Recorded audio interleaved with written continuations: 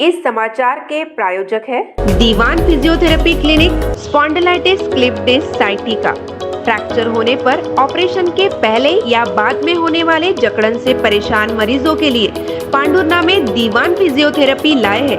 आधुनिक मशीनों द्वारा उपचार। उच्च शिक्षा प्राप्त फिजियोथेरेपिस्ट डॉक्टर प्रीति दीवान के मार्गदर्शन में गर्दन, कंधा, कोहनी, कमर, घुटना या एड़ी में दर्द जैसी बीमारियों से पा सकते हो छुटकारा। न्यूरोलॉजिकल कंडीशन, शारीरिक रूप से कमजोर बच्चों को उभरने के लिए आज ही संपर्क करें। दीवान फिजियोथेरेपी क्लिनिक, पेट्रोल पंप के सामने, तार बाजार, Pandhurna. Dynamic solution classes. Pandhurna में CBSE state board English and Hindi medium में हमारे यहाँ अलग अलग बैचेस स्टार्ट हो चुकी है। नए सत्र के लिए कक्षाएं प्रारंभ। हमारा पता branch first, Akre complex near IndusInd bank, Pandhurna. और हमारी main branch doctor Chauhan clinic, Shivani hospital basement near fire brigade, Pandhurna. Vardan enterprises, खेती में मजबूत आधार का दूसरा नाम।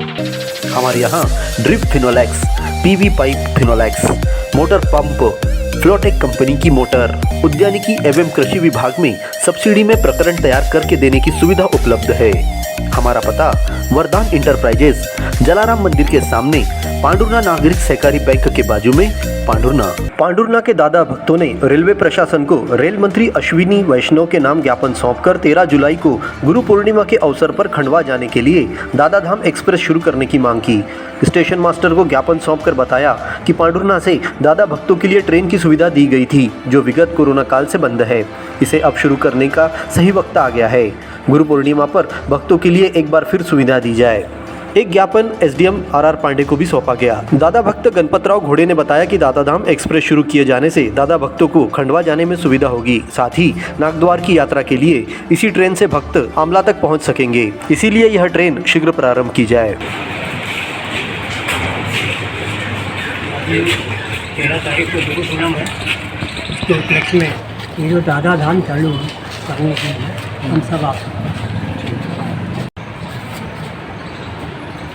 सभी भक्तों की इच्छा ऐसी है सर कि गुरु पूर्णिमा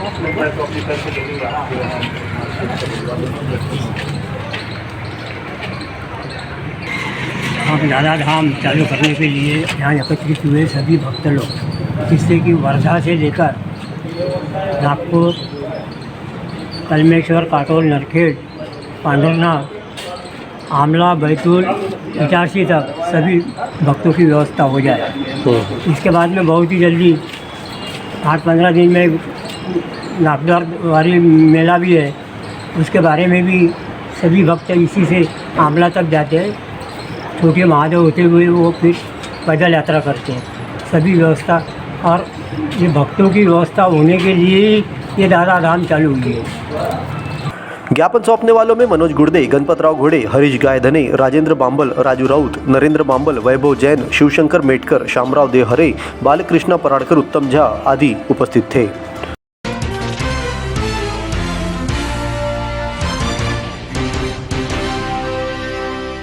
मतदान के बाद मतगणना से असंतुष्ट उम्मीदवार रिटर्निंग अधिकारी के सम्मुख पुनः मतगणना की मांग को लेकर पहुंचे। राजना पंचायत में सरपंच के उम्मीदवार गुणवंता गिरारे ने बताया कि वे 6 वोट से हार गए हैं। मतगणना के दौरान 3 बार बिजली गुल हुई थी। बहुत सारे बैलेट पेपर फटे हुए निकले थे। उनके पक्ष के 40 बैलेट पेपर निरस्त भी किए गए। परिणाम सुनाने के बाद जब वे पुनर्मतगणना की मांग करने इससे पहले ही भगदड़ मची, जिसके बाद पीठासीन अधिकारी पेटियां लेकर मतदान केंद्र से निकल गए। क्या समस्या हो गई है? समस्या यही हुई हमारे यहाँ काउंटिंग के सरपंच के चुनाव के वो काउंटिंग के समय में इन लोगों ने 3 बार लाइन बंद करवाया, क्योंकि इनके आदमी DC में इनके आदमी थे वहाँ पे बंद चालू करने वाले। इन्होंने 3 बार बंद करवाया। वो 3 बार बंद करवाने के अंदर में इन्होंने बैलेट में गड़बड़ी कर डाली। क्या क्या गड़बड़ी की? गड़बड़ी ये की कि हमारे बैलेट उनके इसमें डाल दिया और डबल काउंटिंग कराया नहीं उन्होंने, और उनकी गिनती करा के उन्होंने हमें 6 वोटों से हरा दिया है। इसी तरह से छाबड़ी पंचायत से सरपंच उम्मीदवार देवरा उइके ने भी रिटर्निंग अधिकारी से मिलकर पुनर्मतगणना की मांग की है। इधर SDM RR पांडे का कहना है सारणीकरण के बाद घोषित चुनाव परिणाम के प्रमाण पत्र लेकर याचिका दायर करनी होगी, जिसके बाद सुनवाई होगी।